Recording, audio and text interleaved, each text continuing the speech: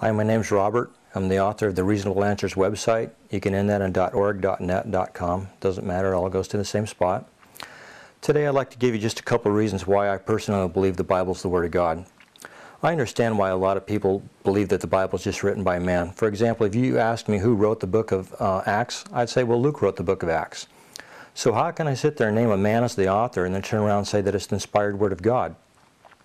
Well, in theological circles, they refer to that as verbal plenary inspiration. Now, in plain English, all that means is that God used man to be able to convey exactly what he wanted to say and still allow the thoughts and personality of the writer to come through. And that's quite a claim, and it's reasonable to question whether or not that's true or not. Well, it's the things in the Bible that are beyond mankind's capabilities that make it believable for me. For example, the Bible in itself is not just one book. The Bible is 66 separate books by 40 different authors on 3 different continents, Africa, Asia, and Europe. And it's got different authors from different backgrounds or lifestyles. For example, we have a fisherman, we have kings, we have an ex-Pharisee and stuff like that as the authors. Well, with these people with the different backgrounds and different time spans, you would think that it certainly have different worldviews. With these different worldviews, you'd think that they'd also would not be able to agree on controversial subjects such as God, sin, salvation. Yet they do agree on these controversial subjects with such clarity that we have cross-references through all of the 66 books in the 1500-year time span. Just try to go out on the street today and do that, and just try to pick out 40 different people, even in the same time frame, even in the same denomination, and get them to write on these same controversial subjects, and you're not going to have the same kind of clarity. Now, if they got together as a group, they could probably work it out where it's coherent. The trouble is that the people in the Bible, they couldn't get together as a group because it covers a 1500-year time span and 3 different continents. I find that incredible myself. It's impossible, but yet it happened. Well, there's other things that are in the Bible that are beyond mankind's capabilities, and yet it's proven accurate over and over again. For example, let's start with just the history of it. The Bible has consistently been proven historically accurate on all kinds of points, even on the areas where people have questioned it and said that the Bible was wrong. For example, people have questioned whether Sodom and Gomorrah actually existed because nobody actually discovered them. Well, that might be because God destroyed them. But there was an archaeological discovery where people unearthed the city of Ebla. Now, the city of Ebla is not mentioned in the Bible. But what's interesting about this discovery is that there was lots of clay tablets found in Ebla. And in these clay tablets, Ebla claimed that they did tradings with Sodom and Gomorrah, which proves that they actually existed.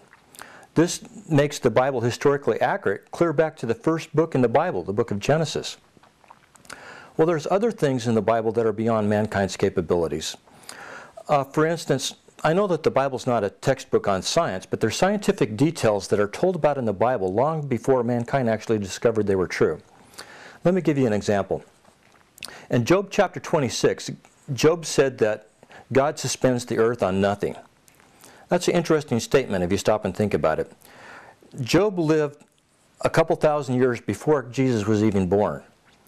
Nobody at that time period knew or believed that the earth was actually out there suspended in nothing. Well, today's space explorations and our satellites we got up in space and stuff like that, we know that that's actually true. But how did Job know that in his day? Well, there's lots of other examples in the Bible where there's scientific things that the Bible tells us about that mankind didn't actually discover yet. Another example that's beyond mankind's capabilities is prophecy.